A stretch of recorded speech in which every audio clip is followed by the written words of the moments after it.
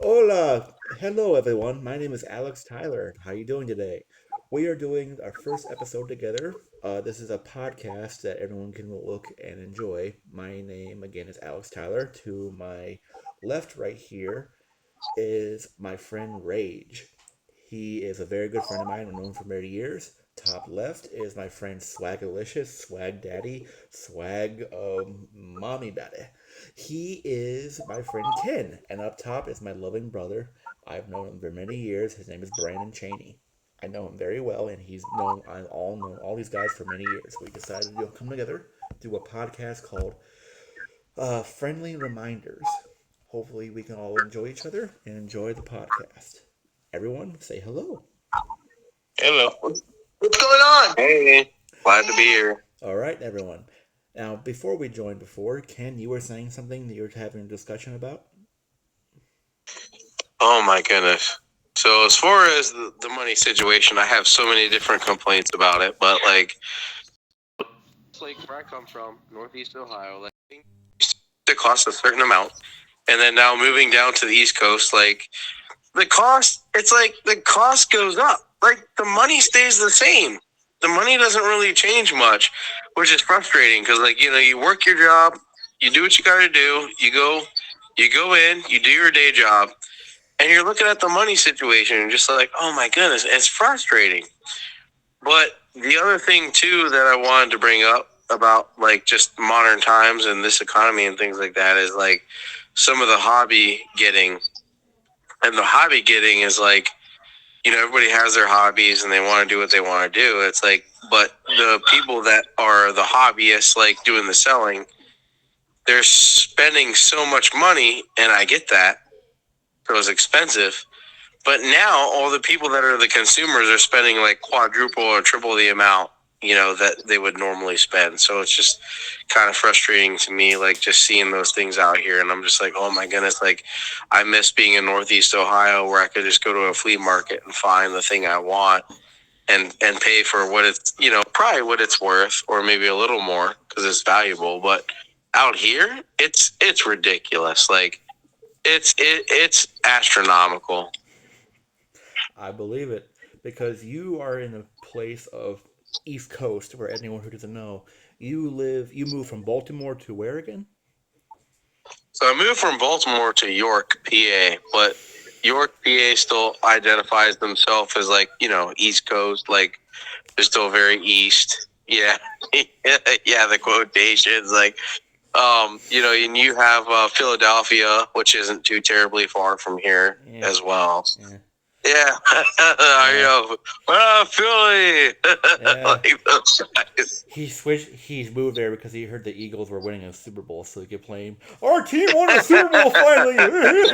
No, no. But basically, you're making things right. So, for more context about everybody, we're all Clevelanders originally. I moved from Yes. Cleveland, Ohio, all the way over to California. These two up top and the bottom are still in Cleveland. Ken up top is a fireman who moved around from many different places. So, here's a question for Rage and Brandon. Do you agree with his sentiment is even though you both live in the same place, even though we live in different places, like I was talking about getting McDonald's today. If I wanted to get a burger, fry, and a shake, that would cost me $18. Woo! Yes. Versus where you guys are from, I imagine that would be Oh, like 15, maybe 14, none. 9. Yeah, no, not Yeah. that. Not that. It would be $18 here. Because there is that's shake prices 4.90 4.50 added on, then 2.50 plus for the tax. Exactly. So Brandon, I have a question for you. You recently moved to being in a position of being by yourself, being self-sufficient for the very first time in a while. How do you feel when it comes to making money and keeping it? Do you think it's successful enough, or do you think that we're in a place where we a second job is required? That's the thing with having a second job, and that if you get a second job, the tendency to create more debt for yourself. And honestly, it's just all about your funds, and it is possible to make ends meet with one particular job. It's just being smart with your money. I think one of the biggest changes that I've made was where I shopped at, being intentional where I go to shop. I used to shop at Walmart, but I realized that their prices are just skyrocketing little by little. Mm. And it was very interesting one time. I had went inside of Aldi's, and when I went inside there were people that I was listening to their conversations because I'm a pretty active listener when I'm out and about in the public. And they were communicating with other people, telling people, talking to people about where they're from suburban towns. And they mentioned that they shop at Aldi's. And so then I'm looking at the prices of the different food there, and I'm like, wow, this is actually very affordable. I can see why people shop here now. And so I've noticed that I've saved substantially much more money. When I would shop at Walmart for one person, it would require $130. Now, when Yeah, I shop at Aldi's, it only requires $50, and I'm able to last at least almost 3 weeks Mm. because the meat items are not that expensive. They're really good quality. They're fresh. Then their vegetables are not that expensive, and it's just really being smart where you shop at. that's Agreed. right. That's right. Now, Devin, same question to you. I know I know the closest thing to you to a Aldi's. I know there's some near you, but because you live in East Cleveland, it's much more expensive, right? I live in Cleveland Heights, sir. You know what I mean, though. East Cleveland, Cleveland Heights, kind of same general area, right? Not really. Okay, then. So basically, because I'm only reason why I'm saying that is not because I'm trying to be a snobby goon, because I do love East Cleveland. What I'm saying is, in my area, there's a distinct difference based on what's available here, and it could cause confusion. So yeah, the part of Cleveland Heights I live on is right. I would say about 4 miles thick of East Cleveland. But the thing is about Cleveland Heights, it starts way down there. But in Cleveland Heights, we have a really good selection of stores to go to. I got Dave's, which I do not shop at Dave's. So let me break this down. Bear with me. My budget for groceries every month is $300 a month. Mm. My mom raised me. She raised me to live extremely simple. So, and like Brandon said, it's how you shop. So I'm gonna tell it to you like this. I make $300. Well, I take $300. I go on shop day. $100 of what I need from Walmart. $100 from Save-A-Lots. And then $100 is dedicated to just meat. And when I shop for meat, the thing what I do is I never shop for huge packs of meat.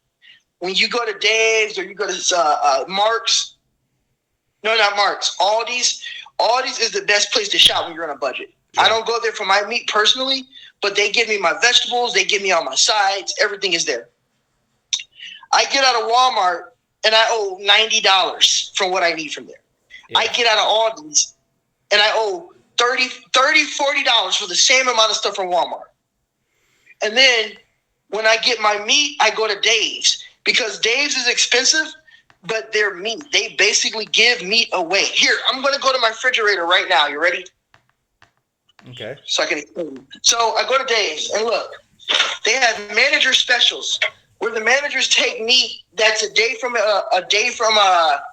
where they can't sell it. They take it like 24 hours after the sell by date, and they sell it like 70-80% off. Like here, I got a whole pack of pork chops for $3.69.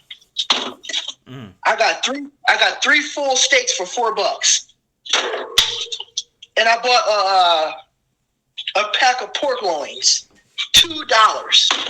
All good, efficient meat. Mm. So what I do is the money that I take to Dave's, I spend it all on meat, and then I have a full freezer of meat, a full cabinet, and a full refrigerator, and that lasts me because I eat very little. That lasts me for an entire month. My biggest pet peeve is when people make excuses for being bad spenders. People go, things are expensive. I can't live off of $30 an hour.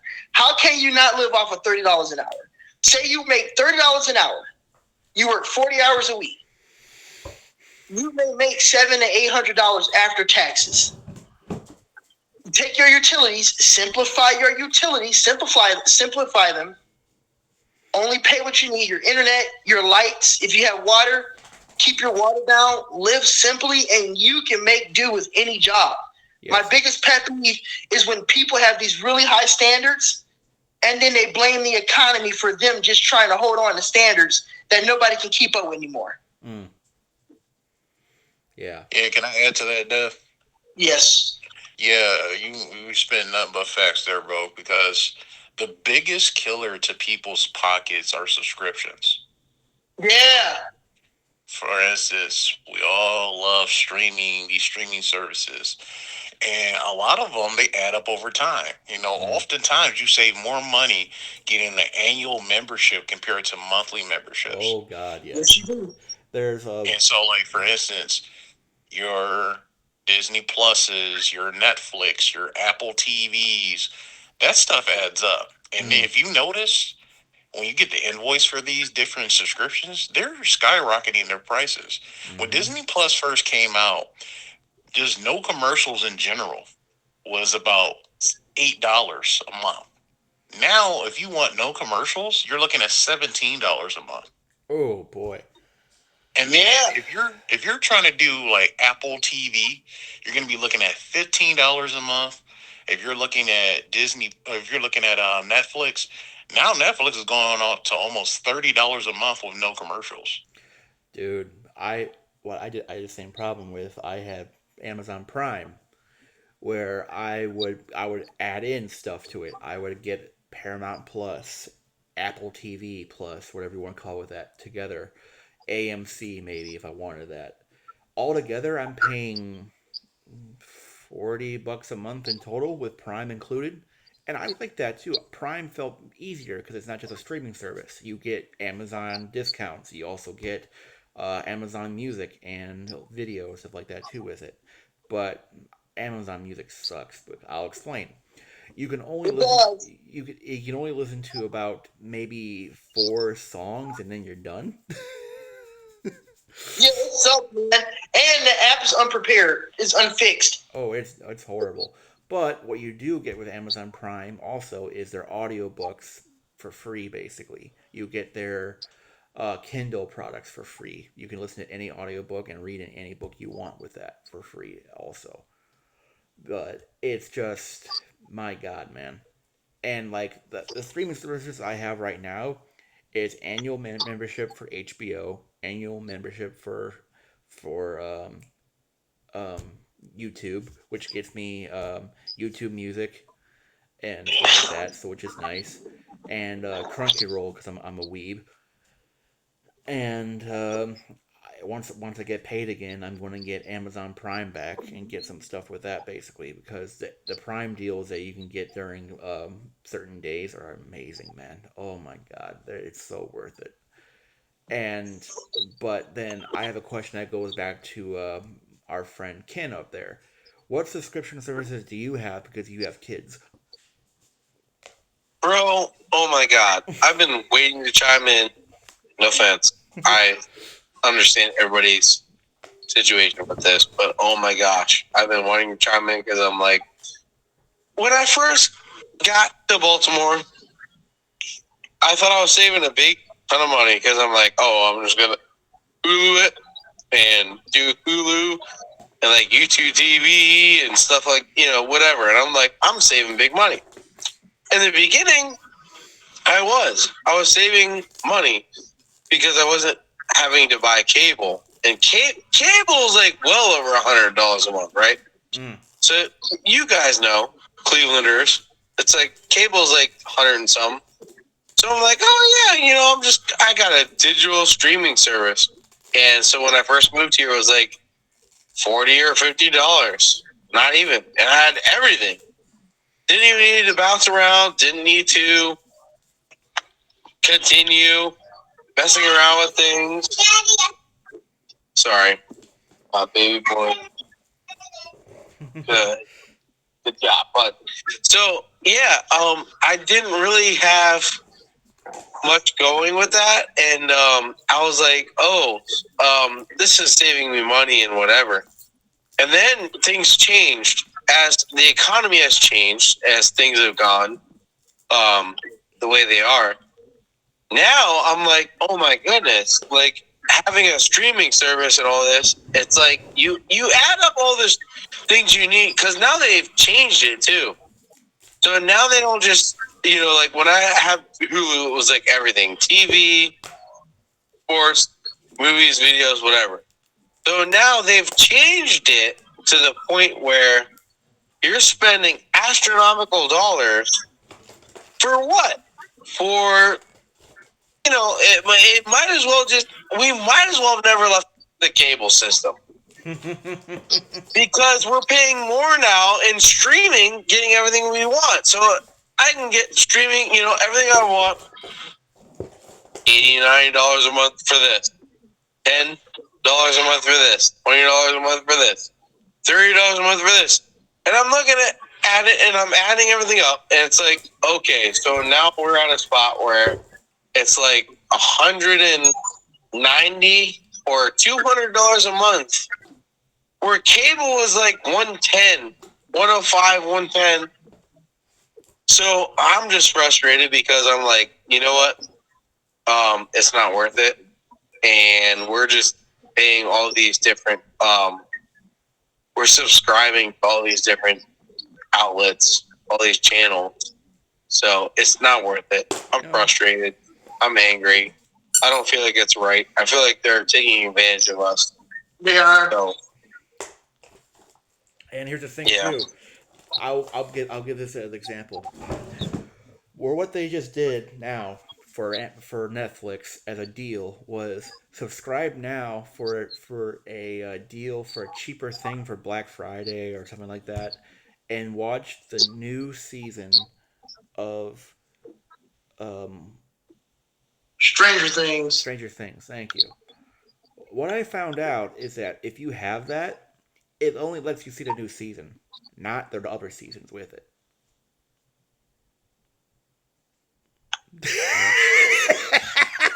It goes to that psychological Yeah, no, marketing. I absolutely agree. Yeah, no, 100%. Like, again, it comes down to the subscriptions, and you're just like, oh, the subscriptions, and you're gonna spend the money, and you want to go down a certain path, and you're like, oh, well, I watch these things, but I don't watch these things. So it doesn't make any sense to me, like, why you would continue spending that kind of money. Like, oh yeah, this is okay. Take all my money. But we're not going to provide you with A, B, and C. And I'm just saying the A, B, and C could be like the major sport event, or, weather, or, the big TV show. It's like, they get you though, but they advertise it. They're like, oh yeah, come on, join us. And they kind of sort of pretend like you're going to get all of that, but you really don't. Like on HBO, or I think it's Hulu. Brandon, you remember doing this with us to watch the Super Bowl at our house. What we had to do one time was we had to get HBO or Hulu, but then subscribe also to NBC. I mean, not NBC, ESPN. Okay, then we got that. Now we have to subscribe to CBS. All three different services in one go, just to watch the Super Bowl on thing. That's horrible. Yeah, that goes into the psychological marketing of these industries, because the thing is, they know what times of years are down times in entertainment. So they're like, you know what? So to keep the people interested, let's release this then, so that more people will be compelled to purchase the service. Or let's go ahead and make this available so that more people will get this service. So they definitely know what they're doing. And Of course. that's definitely an issue that's been highlighted the past quite a few years of people complaining about that. Like, okay, so why not release it then? But they know that people are still going to do what they want to do. And unfortunately, folks are going to waste money. We were better off with Blockbuster, man. Yes, we were. Because And they yeah, I what? agree. So No, what's up? I agree. I'm just agreeing with you. I'm just saying, yeah, yes, amen. Go, keep going, man. Keep preach. I was just going to say, see, this is what I hate about corporate gaslighting. They appeal to the consumerism DNA. Down. Get rid of this convenience. They came to us and they said, you don't have to leave your home. People are tired. People are exhausted. People are antisocial. Telling Americans, first of all, Americans are naturally sedentary people. And then they told Americans, you don't have to do anything. You don't have to go out of your home. We'll bring it to you. We'll stream it to you. No. All they did was what they usually do. Appeal to your selfishness and then come in with their real goals to take your money. At Blockbuster, man, Hollywood Video, let's say we were all together, man. Let's say we all hung out together and we wanted to watch something. We will all go out and pick it up. Like a new movie, we would just go out and pick it up. Yeah. You spend your $3-4, man. You watch the movie, take it back. No commercials, no ads, no monthly thing, no restrictions. It was what it was. Streaming and convenience took everything from us. Yes.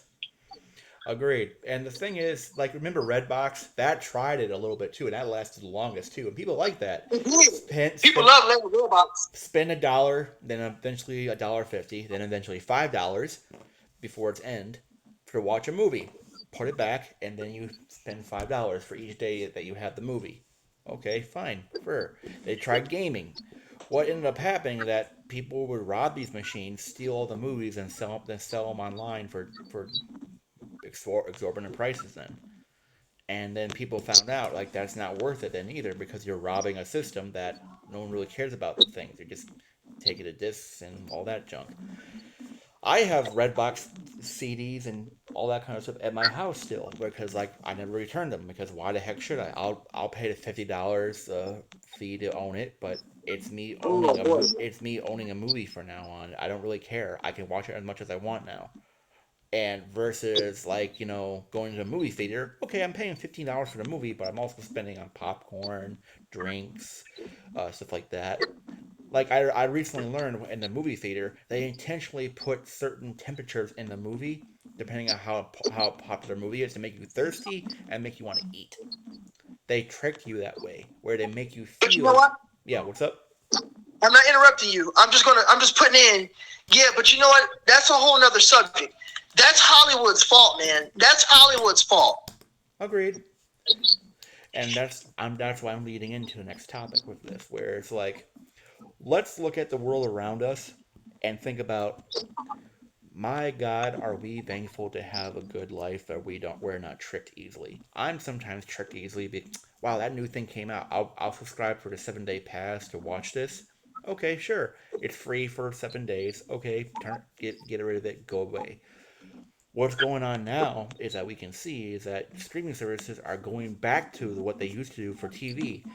Every week a new episode comes out. Why is that? Because it works. It makes you stick around. It makes you wait every month for a new episode. You have these people hooked at least for 3 months, and that makes them at least stick around for this stuff. And a good example of this is Stranger Things Season 5. They're splitting it into 2 parts. Part 1 and Part 2. What they're going to be doing, literally, is that they're going to be having Part 2 come out sometime in, I think, March. And then everything will be okay from then. Hey, Rage, your mic is kind of acting up, buddy. Oh, hold on, dude. Hold on. Yeah. Well, remember they did the same thing too, Alex, with Cobra Kai. They split it into 3 parts. So the first part came like in the fall time, and like the early part of the fall, from summer in the fall. Then the second part came out in Christmas time, and then the final part came out towards the end of winter. I agree. Yeah, I know. I get it. And the point I'm making with this is that we all know the show's already filmed. It's all ready to be put totally on there. But they're making us wait for it because it keeps us around. stuff. So Yeah. If it keeps us around, that's all that matters. I agree. so let me ask you this, Ken. How many streaming services do your kids watch every day? I'm sorry, can you repeat that? How much streaming services do your kids watch? Well, there's Disney Plus, and there's the other famous ones that we all know. Not just Disney Plus, but The reason why I ask is Amazon Prime and okay. a couple of the other big ones. Okay, the reason why I ask is when you go into that kind of stuff and you're going into this method of paying for your kids, basically, do you see this as a way to give up part of yourself for them? I'm going into this subject asking this. Is this the world we live in now to raise kids where, like, okay, it's a matter of choice. It's not a matter of choice. It's a matter of giving my kids entertainment but by paying 50, 60, even $100 a month just to give them entertainment. I hate to say it, but yes, that's where we're at. I feel like it's always going to be, I'm dropping 50 or 60 to, maintain the situation. It's like, oh my goodness. Oh, The kids, we love them and they deserve it. They want to have the ability to continue to serve their generation. So yeah, I get you. I agree with that. yeah, and they feel like they learn from that, but I'm not a big fan. I've gone through it before, but like they haven't, and so it's something for them to figure out and for them to learn and for them to continue serving. And they feel like, oh yeah, we have to try, we have to do these things. And I'm like, oh, you guys are just kids. You guys are kids. Remember that. It's like, well, but they really truly want to be like how we were when we were kids. They want to learn. They want to see. They want to open their eyes. They want to, try hard. It's like we were not as blessed or as opportune in that situation. So, Agreed. I mean, these kids, I grew up with Kid Next Door. I grew up with Billy and Mandy. I grew up with all this stuff as a kid, and with Cartoon Network. We all kind of did, and we all know that Rage is a big proprietor of that. Growing up with old classic stuff. For anyone who doesn't know, Rage is really into retro stuff, aren't you, Rage? It's where I live, man, and it's deeper than just the entertainment. So let me ask you this then. What's the solution to raising kids in this environment then that Ken just mentioned? How do you get them to love the old but also embrace the new, but also not paying out the buttload to get it? And it's all just, if you really want to know, this is my stand on it. It's about freedom. Hey, Swag, man, I'm not coming at you, bro. Don't think that. And I'm not putting down your choice. But the way I see it, it's about freedom. And we were free. This technology, streaming, iPads, all that type of stuff, it's another way to take your freedom. And my thing is this. When I grew up, man, I grew up in the 2000s, late 90s, 2000s. And me and my mom had a VHS player and a TV. I had a VHS player, a TV, and a Super Nintendo in a world of Xbox, PlayStation 2, and GameCube. And I went to my grandmother's every day. And I watched her TV. I watched all the shows when they were hot. And me and my mom, she wound up getting me the VHS. I got the tapes I wanted to watch. She got the DVDs. And it's about freedom.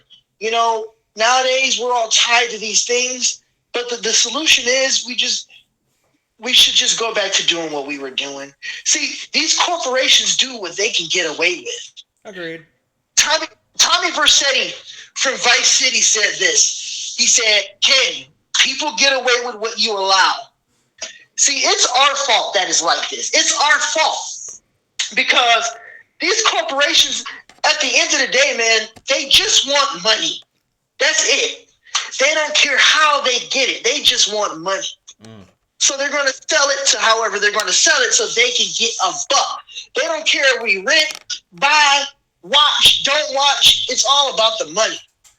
And what keeps things cheap is, like, if you got kids, you get your kids a DVD player, you get them a VHS player, and you get them tapes, you get them stuff. The money a lot of people spend on their children, it's cool because the new young people, man, they got more stuff than we ever did. Agreed. But here's what they're missing. Here's what it's taking from them. It's taking away their character. See, we all grew up in an era where we went to Blockbuster. We went places. You know, I don't know if you guys are into music, but I'm into music.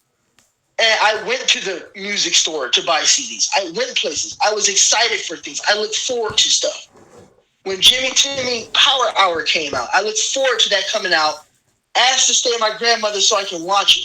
But at the end of the day, when we weren't around this stuff, we were still ourselves. We still had imagination. Agreed. This new technology is taking your money and it's taking away the very thing that a child needs is character and imagination. Agreed. Now, the thing I have to ask this to Brandon, the last one I'll leave off with this, Brandon, I have to ask you, what is one thing we have to add before you could add to this conversation before we close up? In my opinion, before I ask for the answer, is the illusion of choice. People have this everything encompassing thing, but it's all still one system. The illusion of choice is destroying us as a people. Exactly. Brandon? I mean, plain and simple, Yeah, go ahead. it really goes into there's options, but then what ends up happening is folks start spiraling back to things that they're basically motivated by. What I mean by this is that they'll say, "Oh, I want to be independent. I want to make my own choices." But at the end of the day, you're spiraling into what these companies want you to. Okay, you said that you wanted to see this particular program. Okay, you did them a service and benefited their pockets because you're paying that subscription. Okay, I want to go see this movie. This is the funniest thing. I'm going to go on a mini rant about this. There will be people who complain about a movie, but yet spend $17 to $15 to see the movie. They don't care how you feel about it because you spent that money to see it. Yeah. So you can gripe and complain, yada, yada, yada, yada. You still paid to see it. So Yeah. Yeah. they're like, okay, so you can complain, you can whine and moan about it all you want to, but you still put money in our pockets compared to not spending the money whatsoever and saving money in your pocket. Yeah. So I think with decision making, people want to feel that they're making their own choices, but at the end of the day, they are falling for the trap. Agreed. Now, what I will say this before we close up, everybody, and enjoying the podcast so far. Thank you for seeing us for the first time for episode 1. I will say this for everybody who's listening: look at the world we look at the world we live in. Look at how we look how we present ourselves and make ourselves known. We express ourselves through the media around us. We take in information around from us and make us better. Rage, Brandon, Ken, myself, all grew up during a time when we had that to us available, but not to the point we have now. We have to go out and find it still. If we're just stuck in our house all day, just taking in information all day, what's the point of exploring? What's the point of finding new things? How does that build personality? How do we become ourselves if everybody is just spouting out things we should hear versus what we want to hear? That's the point I'm making when, okay, you want to hear this right now. You want to hear what I'm saying right now and listen to what I'm saying. It's a constant thing going on the internet every day. Form an opinion off Mm-hmm. of what I'm saying, not form your own opinion off of what I'm saying, if that makes any sense. Mm-hmm. It makes perfect sense. Yes. Now, one thing I'll ask before we close up, Ken, you're a father. Again, I'll say this. How do you raise them to be like this? How do you teach them to be, okay, form your own opinion, don't listen to others? It's hard. It's not easy. Oh my goodness. Especially now you have to deal with a lot of the stuff that's going on in today's society, and the kids, they love us. They want to be, you know, a part of what we're doing. They want to be like us. The kids, they want to be like us. They want to continue to move forward. And they're like, oh yeah, mom does this, dad does this. Okay, yes, right, yes, okay. But that's not always right. But we have to try and adapt to what is right in their eyes for them to continue to serve and uplift their community. So it's not always going to be easy to ask, but it's like one of those things. Like, yeah, we have to try. We have to move forward. We have to try. We have to push. There's going to be failures along the way, especially with kids. Oh, yeah. Kids are going to be like, Daddy, Daddy, I don't want to. Like, you just have to learn to deal with that. But kids, they're pretty resilient, so they like to move forward. They like to try. They like to push. So kids, when it comes to these things, I would say kids are really, really resilient. They want to try hard and take one for the team, do what's better for the team because like they're learning, they're figuring it out. So yeah, no, I definitely think the kids with us, moving forward, they want to continue to be good and serve the community. So yeah. I get you. Uh, I get you. The one thing I'll ask before, of course, ending it, like I said twice already, but then I asked something else, okay, is that I leave it off with this. Grow at your own pace, grow at what you see around you, but take in the right information. The Bible always says, take in the Holy Spirit and feed off of it. Listen, eat your spiritual food, go home, and take in the right information for yourself. Make sure that you have the right mentality for you. My name is Alex Tyler. Well, thank you for listening to friendly conversations, friendly insights, and such a friendly talk that everybody can listen to. Come again next week to hear from me, Alex Tyler, Brandon, Rage, and Swag Daddy Licious. Everyone have a good day. Goodbye. but